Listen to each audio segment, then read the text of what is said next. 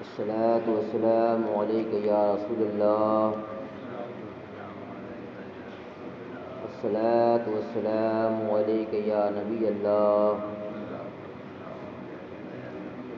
الصلاة والسلام عليك يا خير خلق الله. صلى الله عليك وعلى آلك وأصحابك یا شفیعنا یوم الجزاء.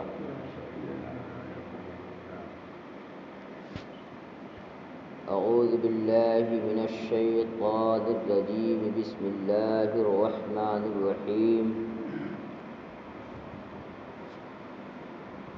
والذین کذبوا بآیاتنا سنستدرجهم من حیث لا يعلمون وَأُمْلِي لَهُمْ إِنَّ كَيْدِي مَتِينٌ. أَوَلَمْ يَتَفَكَّرُوا مَا بِصَاحِبِهِمْ مِنْ جِنَّةٍ إِنْ هُوَ إِلَّا نَذِيرٌ مُبِينٌ. اس آیت کریمہ کا شان نزول یہ ہے، یعنی یہ آیت کریمہ، اس آیت کریمہ کے نازل ہونے کی وجہ حضور نبی اکرم صلی اللہ تعالی علیہ وسلم ایک دن صفا پہاڑی پہ ایک رات آپ تشریف لے گئے اور پوری رات تبلیغ کرتے رہے. تو کفار یہ دیکھ کر کے مشرکین انہوں نے کہا کہ معاذ اللہ یہ تو مجنون ہو گئے ہیں، یعنی انہیں اب سونا ہونا نہیں ہے، آرام نہیں کرنا ہے، یہ ان کا دماغ معاذ اللہ ثم معاذ اللہ کہ دماغ پھر گیا ہے، جنون طاری ہو گیا ہے، دیوانہ ہو گئے ہیں، یہ جادو ہو گیا ہے ان کے اوپر. اور دوسری وجہ یہ بیان کی جاتی ہے کہ حضور نبی اکرم صلی اللہ تعالی علیہ وسلم پہ جب وحی نازل ہوتی تھی تو وحی کے نزول کے وقت آپ ٹھنڈی میں بھی پسینہ پسینہ ہو جاتے، چہرہ سرخ ہو جاتا تھا، نرخرا چلنے لگتا. تو جب اس کو بھی دیکھا تو اس کو بھی دیکھ کر کے ان کفار و مشرکین نے کہا کہ ان کی حالت یہ بتا رہی ہے معاذ اللہ کہ انہیں جنون، بیماری، پاگل پن، دیوانہ پن، یعنی ہوش سے بیگانے ہو جاتے ہیں. یہ جب اس طرح کی باتیں، اس طرح کا طعنہ دیا، یہ اللہ کہ رسول صلی اللہ تعالی علیہ وسلم کا مقام ہے، یہ ان کا بلند درجہ ہے. اللہ کی بارگاہ میں یہ ان کی محبوبیت کی شان ہے کہ اللہ تبارک و تعالیٰ کی بارگاہ میں آپ کس درجہ قربت رکھتے ہیں، اللہ تبارک و تعالیٰ کتنا آپ کو محبوب رکھتا ہے. کہ طعنہ دیا مشرکوں نے، عیب لگایا مشرکوں نے، مجنون، دیوانہ، پاگل، معاذ اللہ مشرکوں نے کہا، کافروں نے کہا. ہمیں کوئی کہتا ہے تو ہم اس کا جواب دیتے ہیں، آپ کو کوئی کچھ کہتا ہے تو آپ اس کا جواب دیتے ہیں. لیکن اللہ کے محبوب کی یہ شان ہے، حضور نبی اکرم صلی اللہ علیہ وسلم کی یہ شان ہے کہ جب کافروں نے آپ پہ نازیبا جملہ کہا، مجنون، دیوانہ، پاگل کہا، تو اللہ تبارک تو حضور نبی اکرم صلی اللہ علیہ وسلم نے کچھ نہیں کہا. آپ نے ایک لفظ بھی ان کو جواب نہیں دیا، جو کہتے رہے. سرکار صبر کا مظاہرہ کرتے رہے، لیکن اللہ تعالیٰ کو کہاں برداشت، اللہ تبارک و تعالیٰ کو یہ گوارا نہیں ہوا. یہ آیت کریمہ نازل فرمائی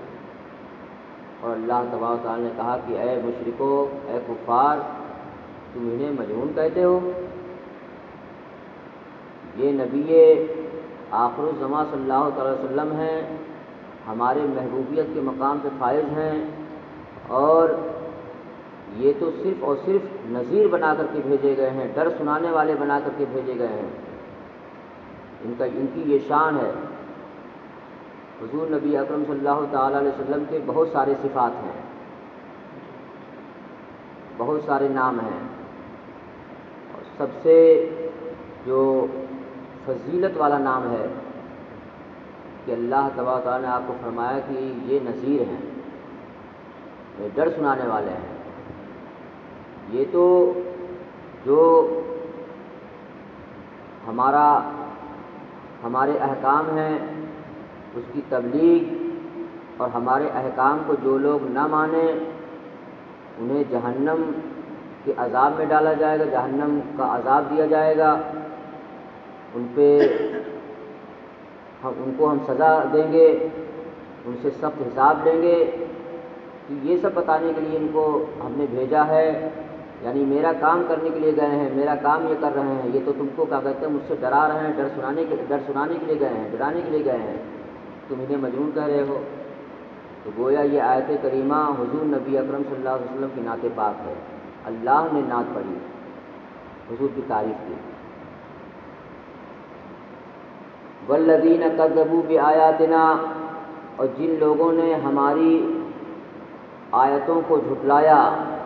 سنستدرجہم من حیث لا یعلمون، تو ہم دھیرے دھیرے آہستہ آہستہ انہیں گمراہی کی طرف اور جہنم کے راستے کی طرف اس طرح لے جائیں گے کہ انہیں اس کا علم ہی نہیں ہوگا۔ وہ اپنی جانکاری میں تو یہ سمجھیں گے کہ ہم جنت کے راستے کی طرف، کامیابی کی طرف جا رہے ہیں، ہم فلاح و بہبود کی طرف جا رہے ہیں، لیکن ہم ان کو تباہی کی طرف اور عذاب کی طرف ان کو کیا کہتے ہیں، ہم دھکیل دیں گے۔ وَأُمْلِي لَهُمْ إِنَّ كَيْدِي مَتِينٌ، اور میں انہیں سخت آزمائش میں ڈالوں گا، إِنَّ كَيْدِي مَتِينٌ، بے شک ہماری خفیہ تدبیر بہت پختہ ہے، بہت مضبوط ہے۔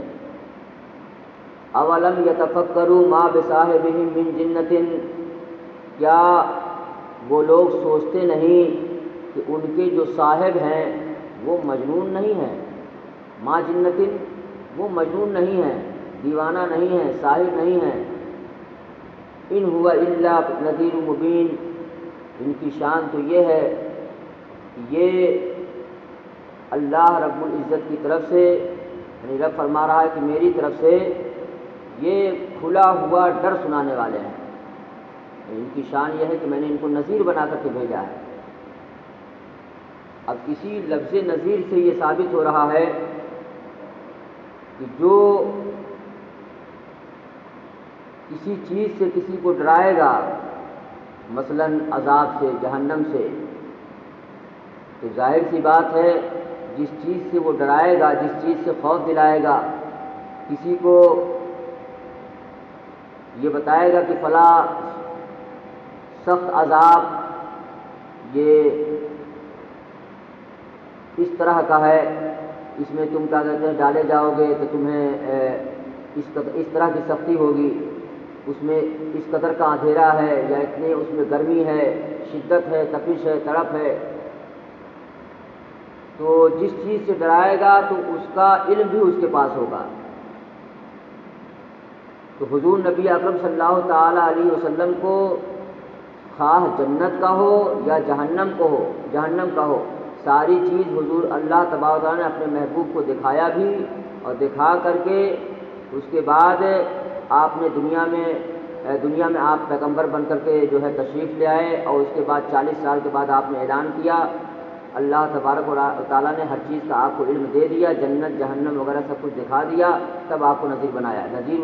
نذیر وہی ہوگا، ڈرانے والا وہی ہوگا جس چیز سے وہ ڈرا رہا وہ ساری چیزوں کا علم اس کے پاس ہو، اور وہ ساری چیز اس کو دکھائی گئی ہو۔ تو معراج شریف میں اللہ تعالیٰ نے اپنے محبوب کو جو بلا کر کے وہاں بلانے کا جہاں پہ اس میں بہت سارے راز تھے، بہت سارے مقاصد تھے، وہاں ایک مقصد یہ بھی تھا کہ جس چیز سے آپ کو ڈرانا ہے اس کو آپ دیکھ لیجیے، جہنم کس طرح کا سخت ہے، اور جنت